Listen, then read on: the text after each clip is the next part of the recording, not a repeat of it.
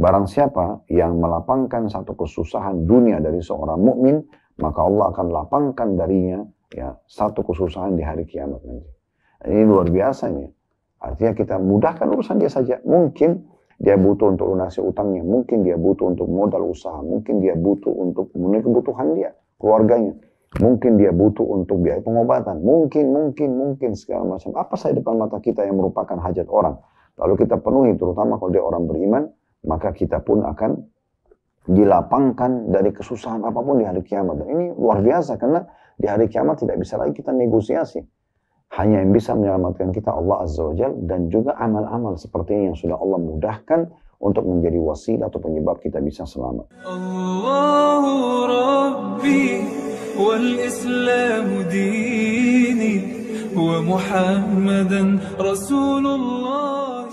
Assalamualaikum warahmatullahi wabarakatuh. Alhamdulillah wassalatu wassalamu ala Rasulillah.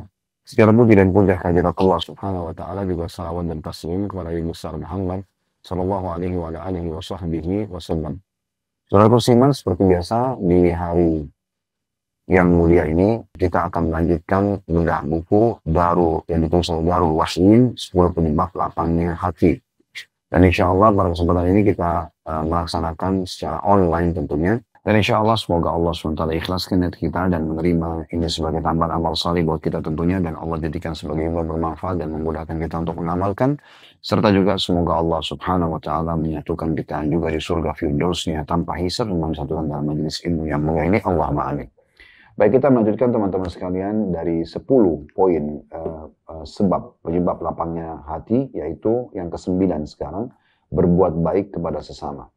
Nah, ini salah satu ciri khas Islam, di mana kita dianjurkan agar selalu berbuat baik kepada sesama, muslim atau orang non-muslim.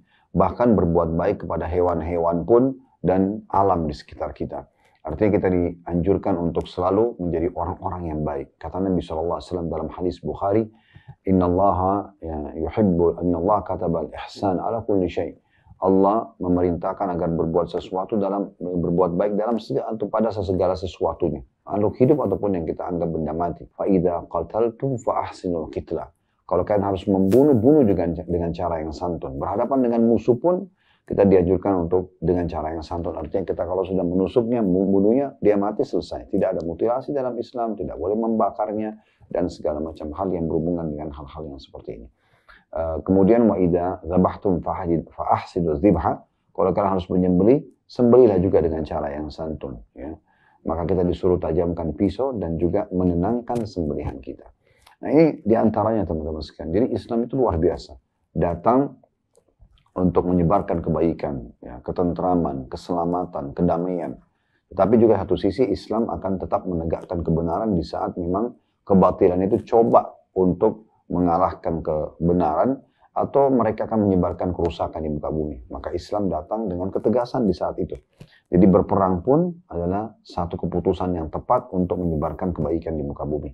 Karena Islam pada saat akan melakukan peperangan dianjurkan agar setiap muslim dalam agama Islam untuk menaruhkan Islam terlebih dahulu, yaitu merupakan hukum-hukum Allah yang penuh dengan kebaikan. Semuanya yang baik-baik, jujur, amanah, tanggung jawab, bakti sama orang tua, jenguk orang sakit, bantu orang susah, senyum, dan seterusnya. Ini adalah diperintahkan. Dan semua yang buruk-buruk, mengganggu orang, mencuri, menggunjing, memfitnah, membunuh, memukul, dilarang. Maka seorang muslim menjadi orang yang sangat baik. Makanya kita sebarkan Islam itu, ya. Dan Allah SWT mengatakan, Inna dina indallahil Islam. Agama di sisi Allah hanya Islam saja. Kemudian kalau mereka nolak baru mereka membayar jizyah atau upeti. Kalau mereka nolak baru terjadi peperangan. Itu pun peperangan tidak untuk merusak atau membunuh. Tetapi kalau terjadi peperangan dan pembunuhan, maka itu sebatas memang hal yang diperlukan.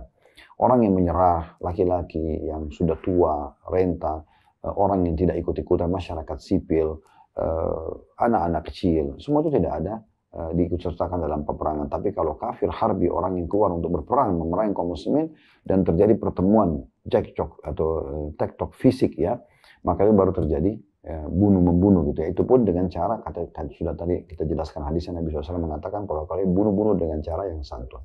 Gak boleh mutilasi, gak boleh membakar dan seterusnya. Dan ini ada adab-adab sendiri dalam masalah peperangan tersebut. Jadi memang Islam datang teman-teman menyebarkan kebaikan, menyebarkan ketentraman, yaitu target utamanya tentunya.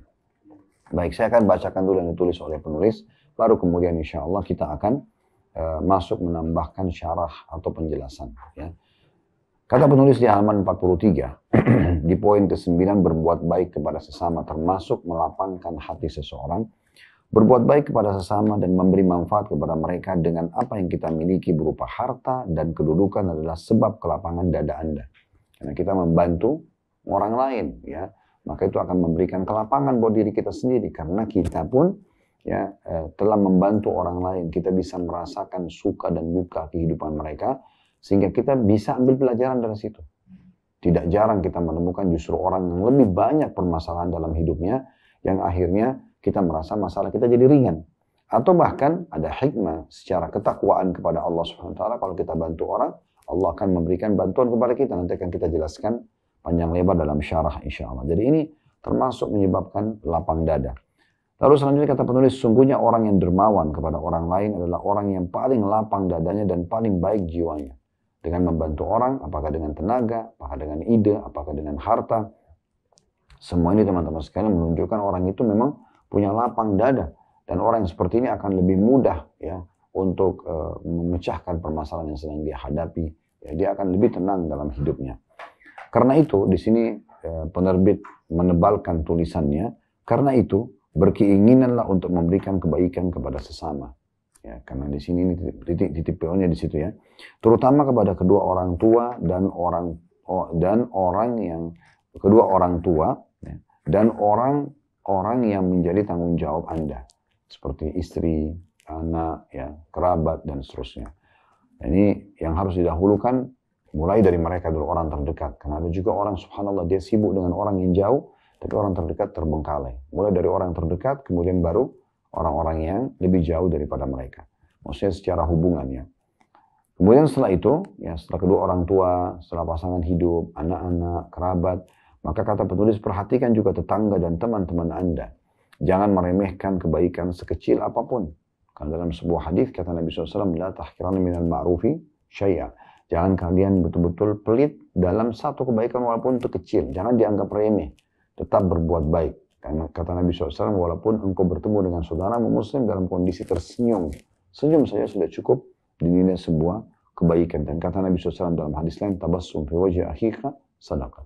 Engkau tersenyum pada wajah saudaramu adalah sedekah. Berusaha senang dengan kebaikan yang diperoleh orang lain. Nah, ini juga poin penting ya. Kalaupun ada kelebihan yang Allah berikan kepada seseorang, kita senang dengan itu. Kita senang dengan itu. Kita berharap orang itu lebih bahagia, lebih tentram, lebih senang gitu ya. Nah, itu satu hal yang sangat baik. Ya. Sebagaimana Anda senang, kebaikan tersebut Anda peroleh. Jadi kalau ada poin seperti dalam diri kita, maka kita akan lebih lapang dada. Ya. Bahkan kita akhirnya selalu inginkan kebaikan bagi orang. Bayangkan teman-teman sekalian, kalau target kita berteman dengan orang atau membantu orang selalu ada balasannya, maka kita akan sangat membatasi interaksi kita dengan manusia. Padahal setiap orang itu butuh atau tidak butuh, kita bisa meraih pahala dari dia. Dia tidak butuh misalnya, tapi kita tetap coba ya. Misalnya mendoakan supaya Allah tetap lapangkan rezekinya, Allah tetap berkahi pekerjaannya, maka itu juga sebuah ibadah bagi kita. Orang yang butuh sama kita lebih besar pahalanya, karena apapun yang hajat yang kita punya, hajat-hajat dia itu akan menjadi penyebab kita meraih pahala sebagaimana akan kita jelaskan insya Allah dalam dalil-dalil yang cukup banyak sebentar lagi ya. Tapi ini kita masih baca apa yang ditulis oleh penulis dulu. Kemudian dikatakan, leluasalah dalam menyelesaikan berbagai hajat saudara-saudara Anda sebagai kaum muslimin atau sama kaum muslimin. Niscaya Anda akan menemukan kebahagiaan tanpa diragukan lagi. Berbuat baik dengan orang lain itu bagus sekali, namun berbuat baik dengan sama muslim itu jauh lebih besar lagi pahalanya. Terlebih lagi di waktu-waktu kita sekarang ini, cukup banyak di antara kaum muslimin yang butuh bantuan dari kalangan orang-orang susah misalnya. Dan juga saudara-saudara kita di Palestina sekarang, mereka sangat membutuhkan bantuan kita tentunya. Nah ini poin yang tidak boleh luput dari setiap orang di antara kita teman-teman sekalian. Baik, ini yang ditulis oleh penulis, saya akan coba masuk lebih jauh menjelaskan syarah atau penjelasan tambahan berhubungan dengan masalah bahasan kita ini. Baik, kita akan mulai teman-teman sekalian dari surah An-Nisa, surah nomor 4 ayat 114. Di mana Allah subhanahu wa ta'ala menyebutkan tentang ciri seorang muslim dan harusnya mereka jadikan ini sebagai karakter mereka. Yang bunyinya An-Nisa Surah nomor 4 ayat 114, la khaira fi katsirin min najwaakum illa man amara bi shadaqatin aw ma'rufin aw islahin bainan nas wa man yaf'al dzalika bitigha'a mardatillahi fasawfa nu'ti ajran 'azima. Tidak ada kebaikan pada kebanyakan bisikan-bisikan mereka kecuali bisikan-bisikan dari orang yang menyuruh manusia memberi sedekah. Atau berbuat ma'ruf yang dibolehkan dan diperintahkan dalam agama, atau mengadakan perdamaian di antara manusia yang sedang bertikai. Dan barang siapa yang berbuat demikian karena mencari keridhaan Allah, maka kelak kami akan memberi kepadanya pahala yang besar. Nah, dari ayat ini kita bisa lihat bagaimana dalam Islam kita kalau berbisikan, kita kalau membuat satu program, menyusun sebuah ide, ya, semua itu dalam Islam dianjurkan berisikan hal yang bermanfaat bagi orang lain. Ya, sehingga di sini dikatakan tidak ada kebaikan pada kebanyakan bisikan-bisikan manusia, ya, kecuali bisikan yang di dalamnya menyuruh orang berbuat sedekah atau memberi sedekah. Berarti kita menganjurkan orang kaya membantu orang miskin, atau bahkan orang yang mungkin setengah punya kemampuan, dia akan memberikan, ya, kemampuan yang banyak atau berbagi kemampuan kelebihan harta mereka kepada orang yang tidak mampu misalnya. Maka semua itu adalah hal yang baik. Kita motivasi orang agar bersedekah. Karena dengan sedekah, maka secara otomatis banyak orang yang terbantukan dan terpenuhi hajatnya. Kemudian dikatakan, atau berbuat yang ma'ruf.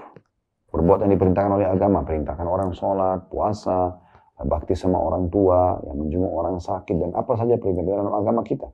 Maka itu adalah poin yang baik. Kemudian, atau mengadakan perdamaian di antara manusia.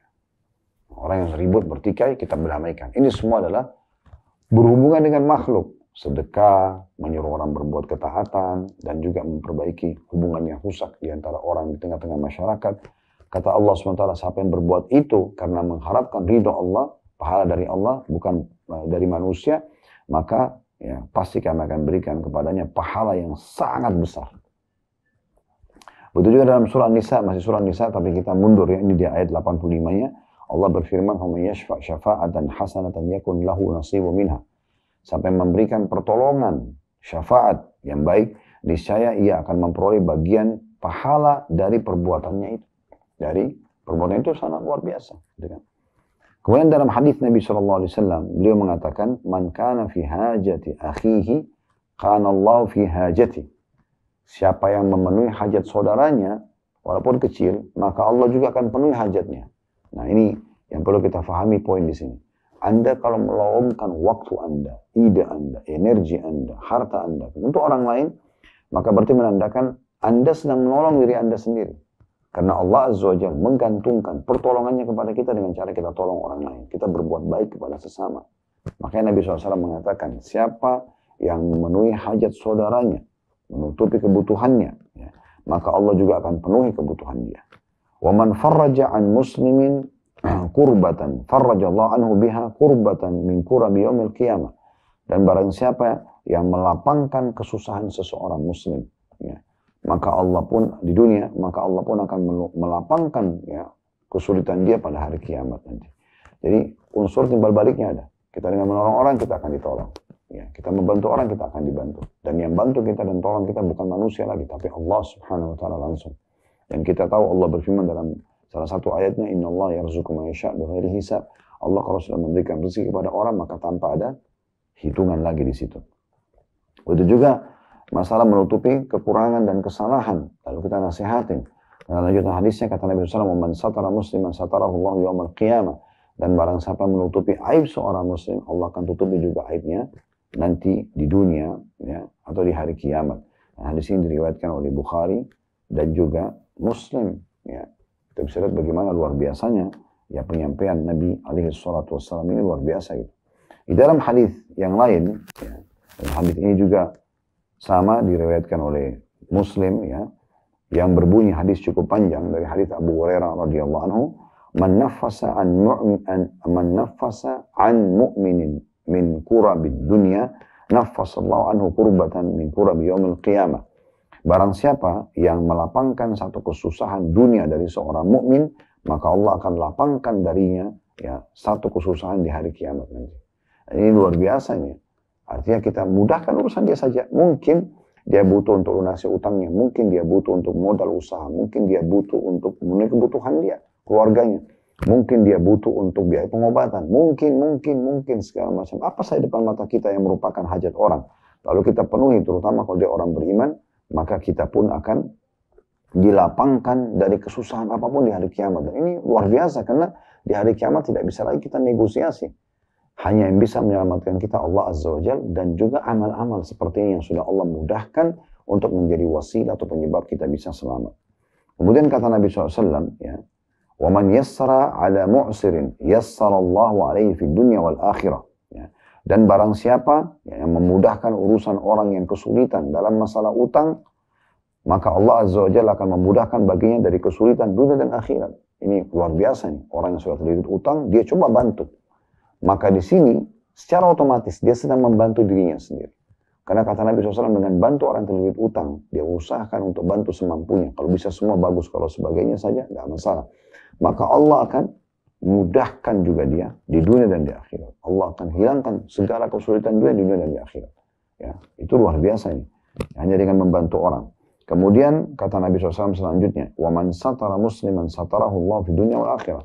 Dan siapa yang menutupi aib seorang muslim di dunia, Allah akan tutup aibnya di dunia dan di akhirat.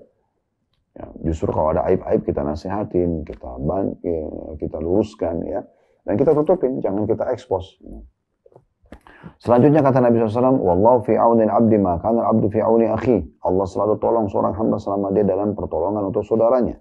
Wa man salaka tariqan yantamisu fi ilman, sahalallahu lahu bihi tariqan ila jannah. Dan siapa yang coba meniti jalan menuju menuntut ilmu, mau belajar kayak sekarang Anda dengarkan misalnya ceramah kita ini, baik offline ataupun online, baik itu live ataupun siaran ulang, maka Allah akan mudahkan baginya jalan menuju ke surga. Karena dia jadi tahu amalan-amalan apa saja yang membawanya ke surga. Dia juga jadi tahu apa saja amalan yang dilarang yang hanya bisa membawa dia ke neraka dan jauh dari surga. Maka dengan itu dia akan dimudahkan menuju ke surga.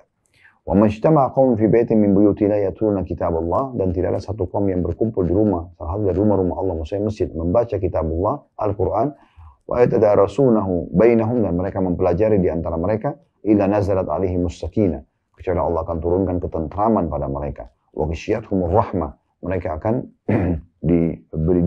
diberikan rahmat, wa haffathumul malaikah, dan mereka akan dilindungi oleh para malaikat, wa dzakarahumullah fi man 'indah, dan Allah menyebut-nyebut mereka atau membagikan mereka pada malaikat yang ada di sisi Allah.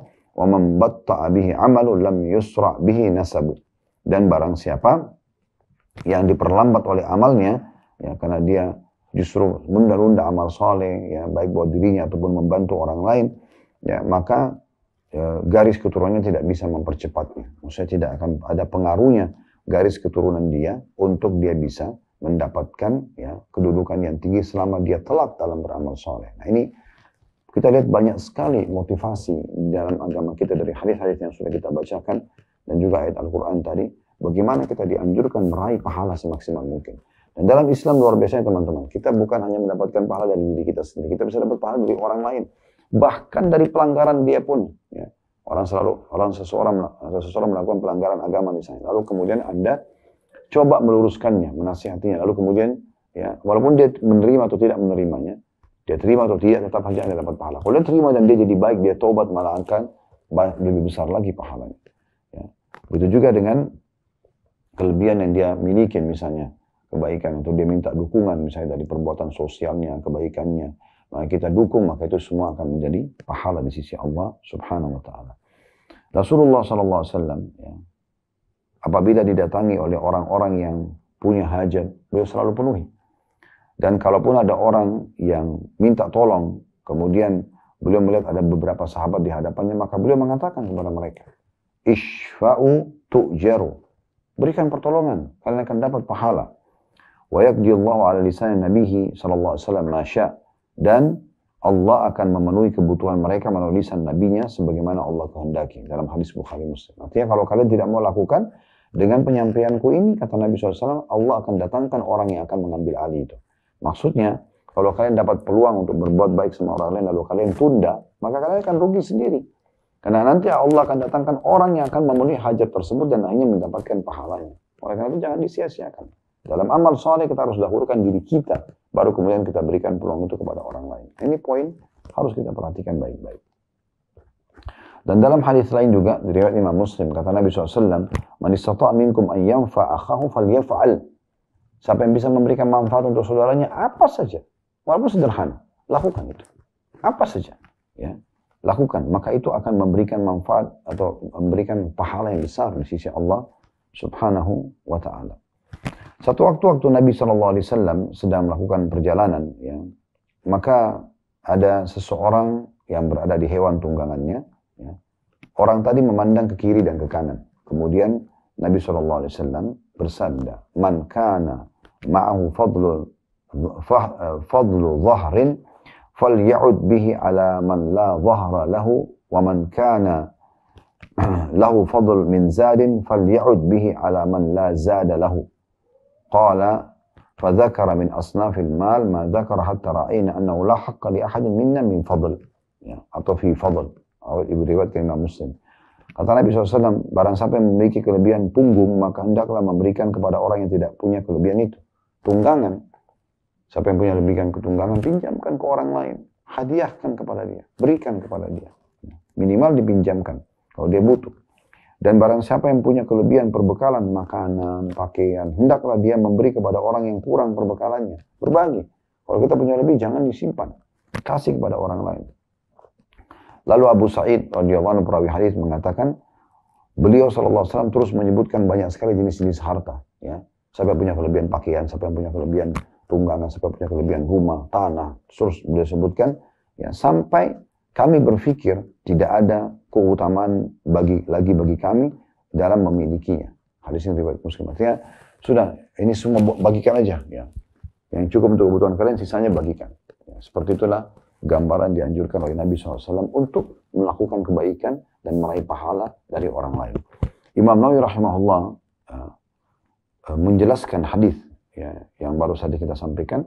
Beliau mengatakan dalam hadis ini terdapat dalil atas dianjurkannya untuk bersedekah, suka berderma, ya, punya kepedulian pada sesama, berbuat baik pada teman perjalanan, memperhatikan kebutuhan teman-teman dan orang sekitar. Maka sebuah perkara besar manakala sebuah kaum mempunyai sikap kepedulian atas kebutuhan temannya, yang mana beliau hanya mencukupkan dengan sekedar tawaran bagi para sahabat untuk rela membantu orang yang sedang butuh dan juga memberi dorongan tanpa harus diminta terlebih dahulu. Jadi ini adalah menandakan bagaimana Nabi SAW motivasi umatnya agar ayo bantu, ayo raih pahala dari saudara-saudaramu, penuhi hajat-hajat mereka, berbagi yang kalian punya lebih. Disebutkan semua tunggangan, ya, kelebihan makanan, pakaian, tempat tinggal, semua bagi, selama lebih. Untuk apa ditumpuk-tumpukin? Ya.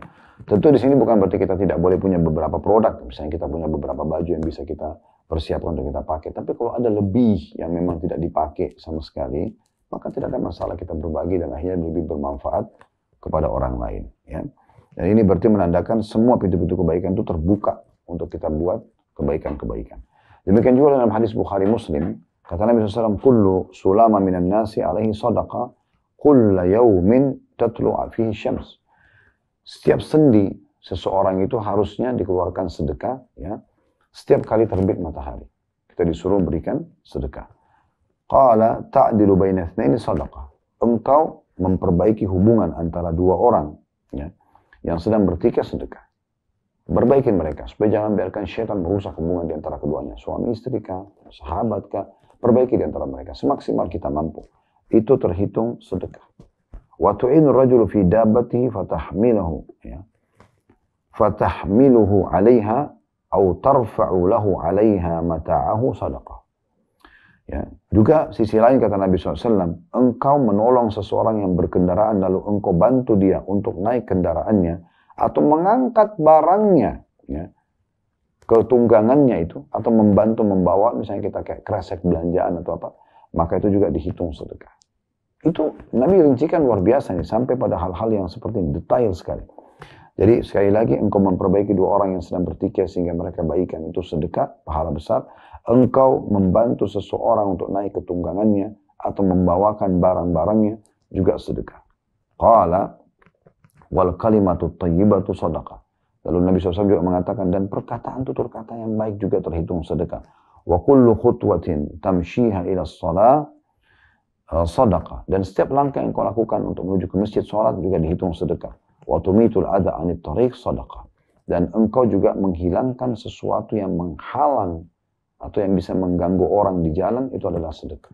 Jadi rinciannya sangat luar biasa. Agar seseorang itu selalu berbuat baik, selalu mengejar pahala dari lingkungan yang ada di sekitarnya. Ibnu Qayyim rahimahullah mengatakan, dan akal juga nas itu dari wahyu Al-Quran dan Sunnah, serta fitrah, sesuatu yang alami dalam diri seseorang, didukung penelitian dari berbagai kalangan umat beragama, dengan segala macam kelompok dan ragamnya, semuanya sepakat bahwa mendekatkan diri kepada Rabb semesta alam dan berbuat baik, serta ihsan pada makhluk Allah, termasuk faktor terbesar dari faktor-faktor yang ada untuk memperoleh setiap kebaikan, setiap kelapangan. Dan sebaliknya, perilaku yang berbeda seperti di atas, maka itu merupakan faktor ditimpakannya keburukan, kayak pelit, jahat, mengambil hak orang lain. Oleh karenanya, kata beliau, salah satu usaha untuk mendapat nikmat-nikmat Allah Subhanahu wa Ta'ala, diantaranya lapangnya urusan kita dan lapangnya dada kita, adalah berkeinginan untuk menolak bencana dan azab Allah, berusaha untuk, maaf saya ulangi, oleh karenanya salah satu usaha untuk mendapat nikmat-nikmat Allah SWT serta berkeinginan untuk menolak bencana dan azab Allah yang dilakukan dengan ketaatan kepada Allah SWT adalah melakukan ketaatan kepada Allah dan berbuat baik kepada sesama makhluk. Jadi ini poin yang diingatkan oleh Ibnu Qayyim, sangat baik, sangat rasional. Bagaimana kita bisa mendapatkan banyak solusi dari permasalahan kita hanya dengan ketaatan kepada Allah dan juga kita berbuat baik kepada sesama makhluk. Bagaimana kita lihat Nabi Muhammad alaihi salatu wassalam, beliau berbuat baik kepada semua orang. Dalam hadis Bukhari disebutkan, Nabi SAW tidak pernah menolak permintaan siapapun yang minta selama beliau mampu. Nabi SAW pernah lagi jalan di jalan, dalam riwayat yang lain, ada seorang anak perempuan yang memegang tangan beliau dan meminta agar dipenuhi hajatnya, dan beliau jalan bersama dengan orang itu, kan gitu. Jadi itu luar biasa. Jadi bagaimana Nabi SAW menjadi suri tauladan dalam masalah ini. Bahkan ada orang pernah datang meminta dengan cara yang kasar, mengatakan, ya Rasulullah, hai Muhammad, berikanlah harta yang sudah Allah amanahkan kepada anda. Lalu Nabi SAW berikan. Uniknya orang ini waktu ditanya apakah cukup, dia mengatakan belum.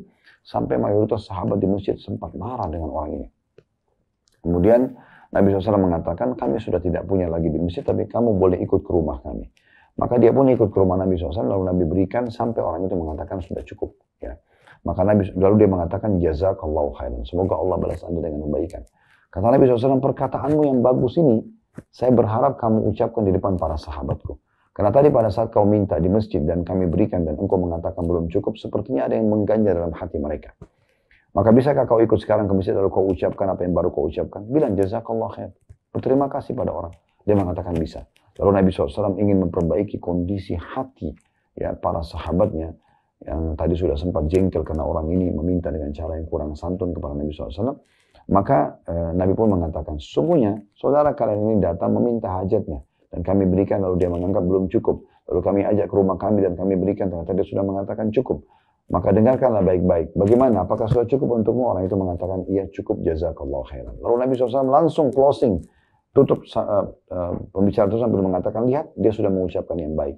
Jadi maksudnya, hitung penilaian baiknya, jangan hitung perbuatan yang awalnya, agar tidak ada permusuhan di tengah-tengah manusia, di tengah-tengah kaum muslimin. Semua berisikan hal-hal yang positif di sini, semua yang baik-baik saja. Nah ini yang dimaksudkan. Bagaimana Nabi SAW mengajarkan kepada para sahabatnya poin-poin seperti ini yang harus kita fahami baik-baik.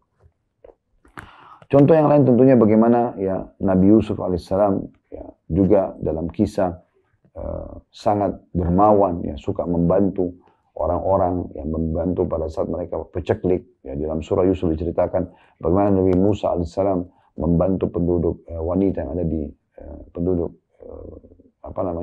wilayah Madian.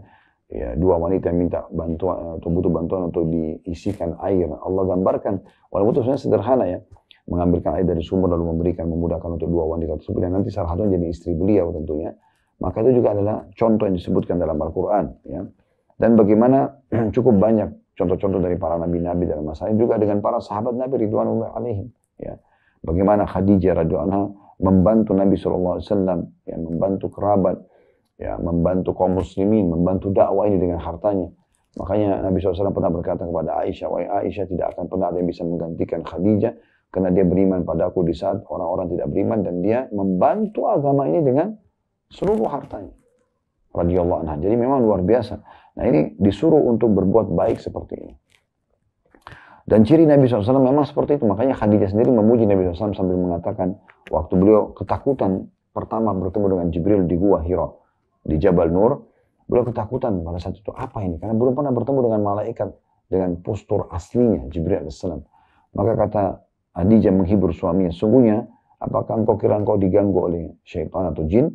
Engkau adalah orang yang suka menyambung tali kekerabatan, memikul beban orang lain yang mendapat kesusahan, ya, kemudian pemberi orang yang papa, yang butuh bantuan, penjamu tamu, serta pendukung setiap upaya penegakan kebenaran dalam riwayat Bukhari. Lalu untuk apa kamu khawatir? Nah ini merupakan ciri khas Nabi SAW. Gitu. Ini luar biasa. Dan Nabi SAW juga tidak pernah menolak. Kayak tadi saya bilang orang kalau minta bantuan, sampai pernah ada orang datang minta, beliau berikan. Dan kalau Nabi SAW berikan itu tanpa pamrih, tanpa berharap balasan, dan tanpa penilaian. Beliau pernah mendapatkan sekian keranjang hasil panen kurma yang sangat banyak. Ada orang minta, beliau kasih. Kasih satu keranjang, bukan berapa butir misalnya. Dikasih semua. Sehingga kebutuhan orang terpenuhi. Dan pada saat itu habis. Masih ada juga orang yang minta bantuan. Maka Nabi SAW terlihat sedih. Umar bin Khattab radhiyallahu anhu lagi duduk di sebelah Nabi SAW lalu mengatakan, ya Rasulullah, tidak ada keharusan Anda harus membantu semua orang sementara Rasulullah tidak mampu. Maka Nabi SAW terdiam. Di sebelah Umar ada Ali, juga sahabat Nabi radhiyallahu anhu ajma'in, mengatakan, ya Rasulullah, di korek kantong ada uang 3 dirham. Dia mengatakan, saya masih punya 3 dirham. Maka sedekahlah ya Rasulullah, dimanapun yang Anda ingin sedekah. Maka Nabi SAW pun tersenyum lalu mengatakan, bihadza umirtu. Beginilah aku diperintahkan, agar selalu berbagi kepada orang lain dan juga memenuhi hajat orang lain. Nah ini hal yang luar biasa. Dalam sebuah hadis Bukhari yang lain dikatakan, dan termasuk amal yang paling Allah cintai, idkhalus surur fi qalbi muslim. Atau kama qala Nabi SAW, engkau memasukkan rasa gembira dalam hati seorang muslim. Menghiburnya, menggembirakan dia saja sudah amal yang sangat dicintai oleh Allah Subhanahu wa ta'ala. Maka ini amal yang ringan tapi bisa kita raih pahala yang besar dari amal-amal seperti ini. Kemudian teman-teman sekalian juga, para sahabat cukup banyak berhubungan dengan masalah ini. Di antaranya Abu Bakar radhiyallahu anhu, beliau masuk Islam sedangkan ya, padanya ada 40.000 dinar emas ya. Kemudian beliau infakkan seluruhnya di jalan Allah Subhanahu wa ta'ala. Beliau juga bebaskan 7 budak yang semuanya berjihad di jalan Allah dan menjadi sahabat yang mulia. Ya, seperti Bilal, Amr bin Fuhaira, ya, atau Fahira, Zambara, kemudian An-Nahdiyah perempuan ini dan anak perempuannya, kemudian Jariyah bin Mu'ammal, ya, kemudian Ummu Ablis, ya, dan seterusnya. Ini semua orang-orang yang dibebaskan ya, oleh Abu Bakar. Belum lagi beliau pada saat pertama masuk Islam, beliau langsung mengajak orang-orang di sekitarnya. Apakah Anda sudah tahu kalau Utsman bin Affan masuk Islam di tangan Abu Bakar? Abdurrahman bin Auf, ya, 2 orang sahabat terkenal, orang yang sangat dermawan dan kaya raya, banyak sedekahnya. Bahkan Nabi SAW mengatakan tentang Utsman, tidak ada yang bisa menghalangi Utsman masuk surga setelah apa yang dilakukan pada hari ini. Ya karena ya, dia bersedekah dengan harta. Tapi apakah Anda sadar dengan kebaikan Abu Bakar menawarkan Islam pada Utsman, akhirnya Utsman masuk Islam, Abu Bakar panen semua pahalanya Utsman. Begitu juga dengan Abdurrahman bin Auf yang terkenal dengan pemilik sedekah yang sangat luar biasa, orang yang sangat dermawan, juga masuk Islam di tangan ya, Abu Bakar. Bukankah Talha bin Ubaidillah juga seorang yang sangat dermawan dalam Islam dan yang sangat membela Nabi SAW di perang Uhud, juga masuk Islam di tangan Abu Bakar? Bukankah Zubair bin Awam yang terkenal dengan Hawari Nabi SAW, bodyguardnya Nabi, karena sangat pemberani dalam membela agama Islam dan membela Nabi SAW, juga masuk Islam di tangan Abu Bakar? Dan luar biasa, karena niat baiknya, karena ingin kebaikan itu tersebar, maka dia pun meraih pahala yang sangat banyak. Begitu juga Umar bin Khattab radhiyallahu anhu, beliau paling suka ya jalan di malam hari, kemudian memenuhi kebutuhan orang-orang yang butuh hajatnya, ya. Di antara dibantu janda-janda, orang-orang susah, ya. Ya, sampai satu waktu Talha bin Ubaidillah pernah melihat beliau membawa air pada rumah seorang wanita, kemudian Talha mendatangi rumah tersebut di siang hari, maka dia mendapati dalam rumah itu terdapat seorang wanita tua yang buta sedang duduk di atas kursi. Lantas Dia bertanya, Talha bertanya, apa yang dilakukan oleh Umar padamu? Wanita itu menjawab, perbuatan ini dia lakukan semenjak ini dan itu. Beliau selalu memperhatikanku sambil datang membawa kebutuhanku dan melapangkan kesulitanku. Jadi siapa teman-teman sekalian yang berpikir seperti Umar bin Khattab? Dia datangi seseorang, di masa itu tidak ada media, wanita tua, buta, janda, nggak ada orang yang urus. Dia datang khusus untuk memenuhi hajatnya. Dan sudah sekian tahun dia kerjakan itu. Karena fahamnya Umar, pahala yang sangat besar. Walaupun manusia tidak tahu, tapi Allah Azza wa Jalla tahu. Itu luar biasa. Di mana Umar bin Khattab juga pernah menemukan seseorang Arab Badui menancapkan kemahnya di menjelang ini di tengah malam, ya, menjelang subuh. Orang lagi tidur semuanya. Dia tancapin kemahnya di pinggir kota Madinah. Lalu Umar bertanya kepada dia, siapa kamu ini? Setelah salam tentunya. Orang itu jawab salam. Dia mengatakan, saya seorang musafir. Saya penat, saya akan istirahat. Besok saya akan pergi. Gitu. Kemudian tidak sengaja Umar mendengar ada suara tangisan atau rintihan seorang wanita dari dalam kemah. Lalu Umar tanya, siapa orang itu? Orang itu mengatakan, istri saya. Kenapa dia? Kata Umar. Kata orang tersebut, istri saya mau melahirkan, tapi saya tidak tahu bagaimana membantu dia melahirkan. Maka Umar di malam itu, tidak ada kamera, tidak ada media kayak kita sekarang. Dia mengatakan, apa kau mau saya datangkan seorang wanita dari Madinah untuk membantu istri melahirkan? Orang itu mengatakan, tentu saja. Karena dia memang butuh untuk itu.